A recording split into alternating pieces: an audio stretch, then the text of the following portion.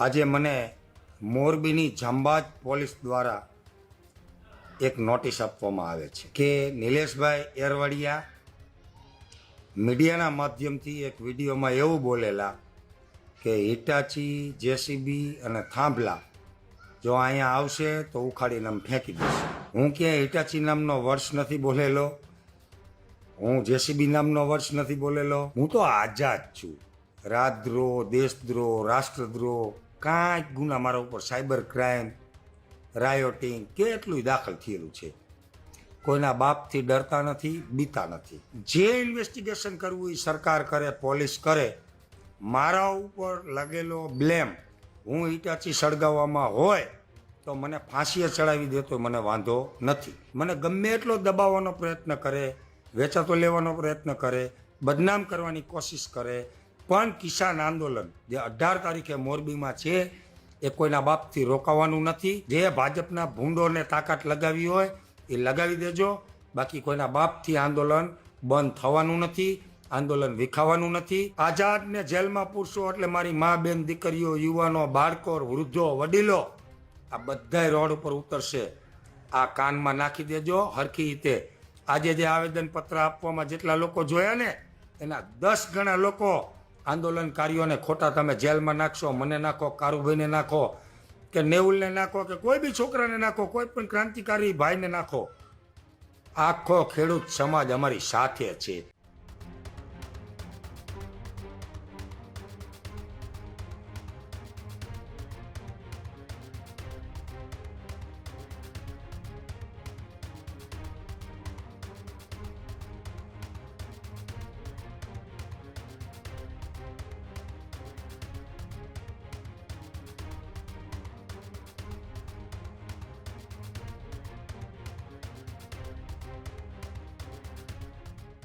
મોરબીના જેતપરની અંદર સતત આંદોલનકારીઓ છે તે હજુ પણ એ આંદોલન છે તે યથાવત રાખી રહ્યા છે. નિલેશ એરવાડિયાનો પોલીસને નોટિસ મુદ્દે ખુલાસો કરતો એ વિડીયો વાયરલ થયો છે. જેતપર ઉપવાસ આંદોલનમાં જોડાયેલા ખેડૂતો આગેવાનોને અપાઈ રહી છે નોટિસ. સીસીટીવી અને હોમગાર્ડ જવાનોની પૂછપરછ કરવાની પણ નિલેશ એરવાડિયાએ માંગ કરી છે. જેસીબી સળગાવવાના આરોપને પણ ફગાવ્યા. યોગ્ય વળતર નહીં મળે તો આંદોલનની પણ ચીમકી આપી.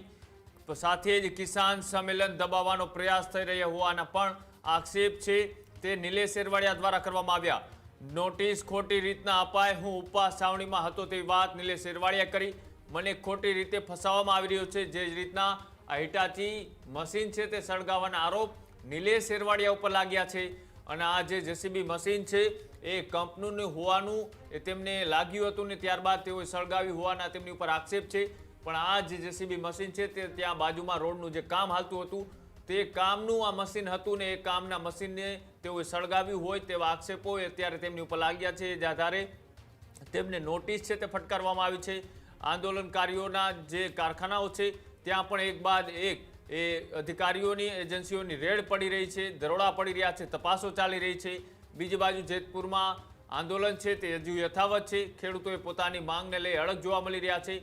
ત્યારે જે ઉપવાસ છાવણીથી આ શરૂ થયેલો એ મુદ્દો તે હવે ક્યાંક ને ક્યાંક પોલીસ સ્ટેશન સુધી પહોંચ્યો છે.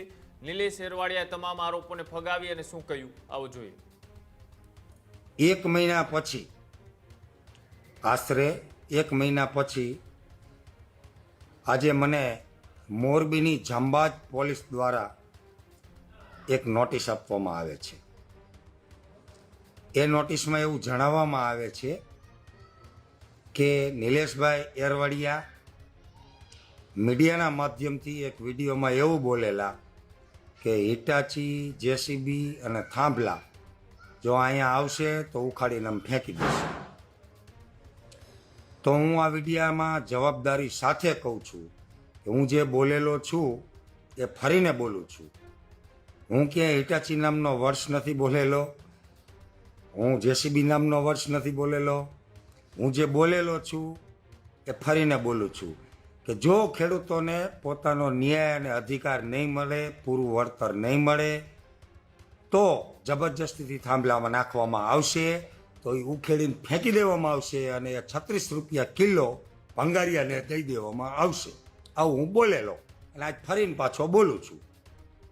મિત્રો, 1 મહિના પછી આજે મને નોટિસ આપવામાં આવે છે. નોટિસ આજે સવારે 11 વાગે હાજર થવાની આવે છે, પરંતુ એ નોટિસ મને મળે છે 3:45. 3:45 વાગે પોલીસ આવે છે નોટિસ લઈને. આજે સવારે 11 વાગે મારે પોલીસ સ્ટેશન હાજર થવાનું છે જવાબ દેવા. એવી નોટિસ લઈને આવે છે પોલીસ.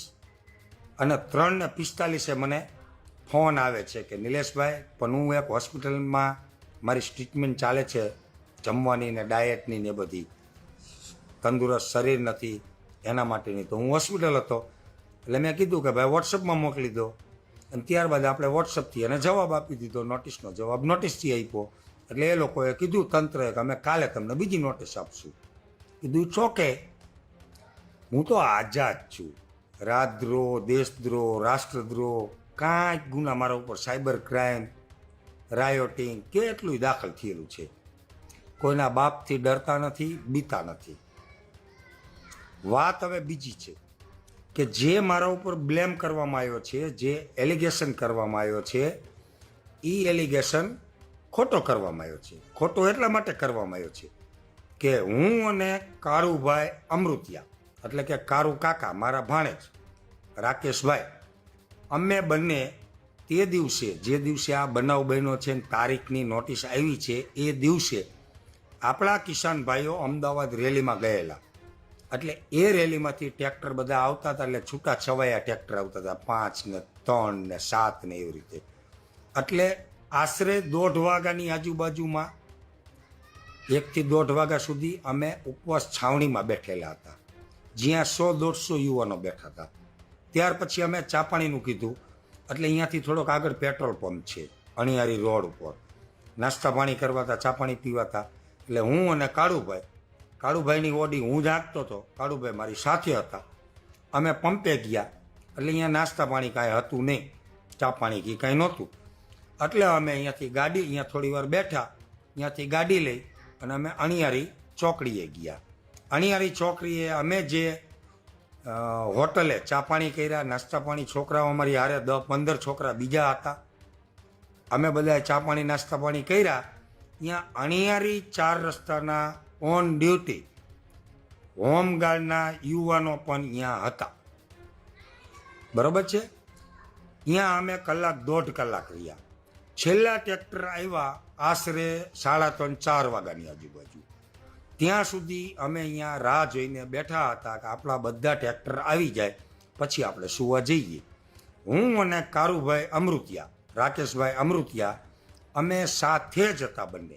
મોબાઈલ ટ્રેક કરી શકે છે, ટેકનોલોજીનો યુગ છે, આઈટીનો દુનિયા છે, આઈટીનો જમાનો છે. મારો અને કાળુભાઈનો બંનેનો નંબર પોલીસ પાસે છે, ઇન્વેસ્ટિગેશન કરી શકે છે, CDR કાઢી શકે છે. અમે જે જગ્યાએ બેઠા હતા, છાવણીમાં બેઠા હતા, અહીંયા પણ સામે દુકાનોમાં CCTV કેમેરા છે. અને અમે જ્યાં ચા પાણી પીવા ગયા હતા જે હોટલે, ત્યાં પણ CCTV કેમેરા છે. CCTV ઉપર ભરોસો ન આવતો હોય તો એના હોમગાર્ડના તાજના સાક્ષી ગવર્મેન્ટ ઓફિસર જ છે, જે હોમગાર્ડ હાફ ગવર્મેન્ટ કહેવાય, એ પણ છે. જે ઇન્વેસ્ટિગેશન કરવું એ સરકાર કરે, પોલીસ કરે. મારા ઉપર લાગેલો બ્લેમ, હું ઈટાચી સળગાવવામાં હોય તો મને ફાંસીએ ચડાવી દે તો મને વાંધો નથી. હું જે બોલેલો છું એના ઉપર આજે પણ અખંડ છું કે હું બોલ્યો તો થાંભલા ઉખેડીને નાખી દઈશ, 36 રૂપિયા કિલો ભંગારિયાને દઈ દઈશ. જો ખેડૂતોને યોગ્ય વળતર નહીં મળે તો આ થાંભલા ઉખેડીને નાખી દઈશું.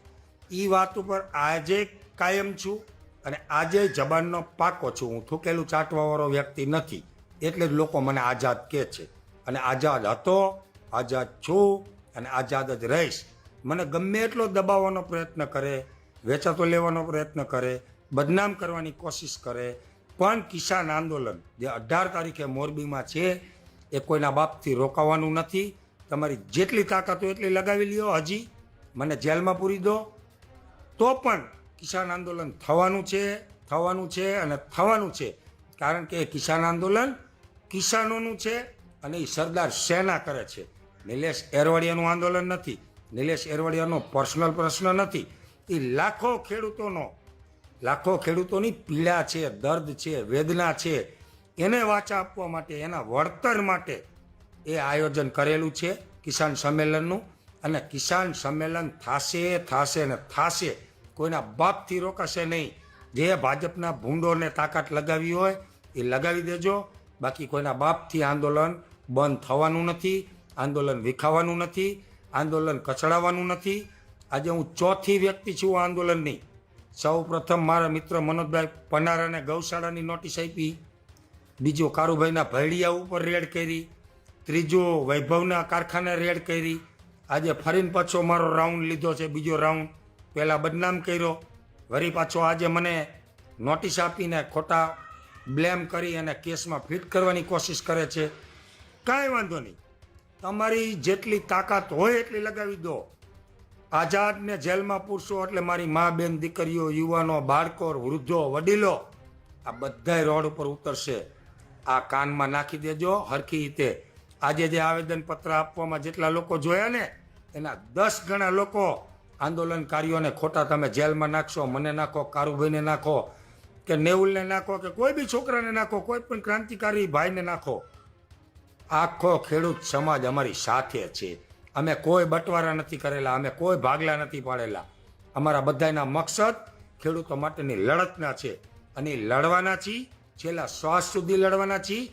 અને અધિકાર પ્રેમથી નહીં આપો તો પડાવી લેવાના છીએ. ખેડૂત ભાઈઓ છે ખેતરમાં ડ્રોન ઉડાવતા હોય છે ત્યારે આપણે એક પ્રશ્ન સતાવતો હોય છે કે જે આપણે અત્યાર સુધી જીપીએસ ટેકનોલોજી વાળા ડ્રોન વાપર્યા છે, જેથી કરીને મોબાઈલ ટાવર છે અથવા તો હાઈ ટેન્શન લાઈન પસાર થતી હોય, કોઈ વૃક્ષો હોય, ત્યારે જે જીપીએસ ટેકનોલોજી વાળા ડ્રોન છે એમાં ટકરાય અને ટ્રેસ થાય છે. પણ એગ્રીવન લાવ્યું છે જીએનએસએસ ટેકનોલોજી ડ્રોન, જેથી કરીને એ ડ્રોન છે એ કોઈ જગ્યાએ ટકરાય નહીં, પોતાની રીતે જ ડિસિઝન લે છે ને મૂવ થઈ જાય છે. જેથી કરીને જીએનએસએસ ટેકનોલોજી ડ્રોન છે એ વાપરવાનો આગ્રહ રાખો. હજુ સુધી તમે અમારી ચેનલને સબસ્ક્રાઇબ નથી કરી તો અત્યારે જ ન્યૂઝરૂમ ગુજરાતને સબસ્ક્રાઇબ કરો, ફેસબુક અને ઇન્સ્ટાગ્રામ પર ફોલો કરો.